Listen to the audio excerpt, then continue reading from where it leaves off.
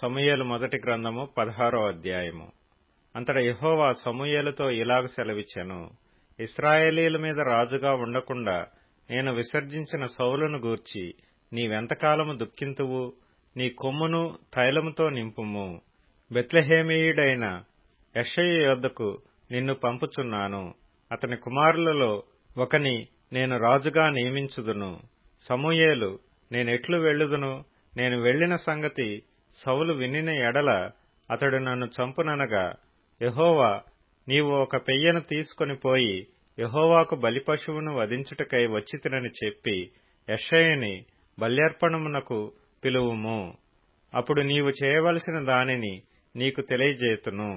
ఎవని పేరు నేను నీకు చెప్పుదునో అతనిని నీవు అభిషేకింపవలెనని సెలవీయగా, సమూయేలు యెహోవా ఇచ్చిన సెలవు చొప్పున బెత్లెహేమునకు వెళ్ళెను.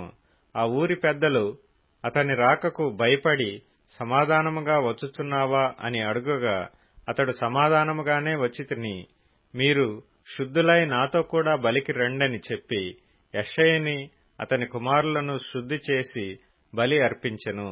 వారు వచ్చినప్పుడు అతడు ఏలీయాబును చూచి, నిజముగా యెహోవా అభిషేకించువాడు ఆయన ఎదుట నిలిచియున్నాడని అనుకొనెను. అయితే యెహోవా సమూయేలుతో ఇలాగు సెలవిచ్చెను. అతని రూపమును అతని ఎత్తును లక్ష్యపెట్టకము. మనుష్యులు లక్ష్యపెట్టు వాటిని యెహోవా లక్ష్యపెట్టడు. నేను అతన్ని త్రోసివేసియున్నాను. మనుష్యులు పైరూపమును లక్ష్యపెట్టుదురు గాని యెహోవా హృదయమును లక్ష్యపెట్టును. యెషయి అబీనాదాబును పిలిచి సమూయేలు ఎదుటికి అతని రప్పింపగా, అతడు యెహోవా ఇతని కోరుకొనలేదనెను. అప్పుడు యెషయి షమ్మాను పిలువగా, అతడు యెహోవా ఇతనిని కోరుకొనలేదనెను.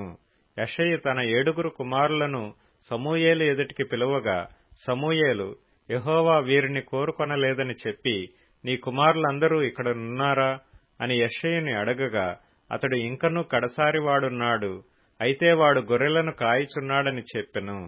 అందుకు సమూయేలు, నీవు వాని పిలువనంపించుము, అతడిక్కడికి వచ్చు వరకు మనము కూర్చుందుమని యెషయితో చెప్పగా, అతడు వాని పిలువనంపించి లోపలికి తోడుకొని వచ్చెను. అతడు ఎర్రనివాడును, చక్కని నేత్రములు గలవాడును, చూచుటకు సుందరమైన వాడునై యుండెను.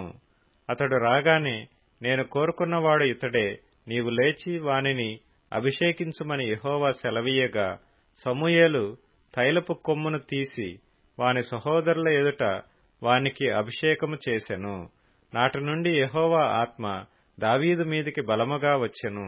తరువాత సమూయేలు లేచి రామాకు వెళ్లిపోయెను. యెహోవా ఆత్మ సౌలును విడిచిపోయి, యెహోవా యొద్ద నుండి దురాత్మ ఒకటి వచ్చి అతని వెరపింపగా, సౌలు సేవకులు, దేవుని యొద్ద నుండి వచ్చిన దురాత్మ ఒకటి నిన్ను వెరపించియున్నది. మా ఏలినవాడవైన నీవు ఆజ్ఞ ఇమ్ము, నీ దాసులమైన మేము సిద్ధముగానున్నాము. సితారా చమత్కారముగా వాయింపగల ఒకని విచారించుటకై మాకు సెలవెమ్ము. దేవుని యొద్ద నుండి దురాత్మ వచ్చి నిన్ను పట్టినప్పుడెల్లా అతడు సితారా చేత పట్టుకొని వాయించుట చేత నీవు బాగుపడదువని అతనితోననిరి. సౌలు బాగుగా వాయింపగల ఒకని విచారించి నా యొద్దకు తీసుకుని రండని తన సేవకులకు సెలవీయగా, వారిలో ఒకడు, చిత్తగించుము, బెత్లెహేమీయుడైన యెషయి యొక్క కుమారులలో ఒకని చూచితిని, అతడు చమత్కారముగా వాయింపగలడు. అతడు బహుశూరుడును, యుద్ధశాలియు, మాట నేర్పరియు, రూపసియు నయ్యున్నాడు.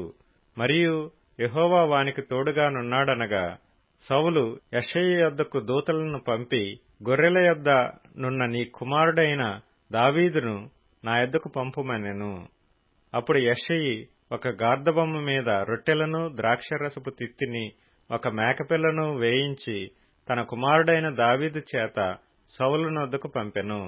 దావీదు సౌలు దగ్గరకు వచ్చి అతని ఎదుట నిలువబడగా, అతని యందు సౌలునకు బహు ఇష్టము పుట్టెను. అతడు సౌలు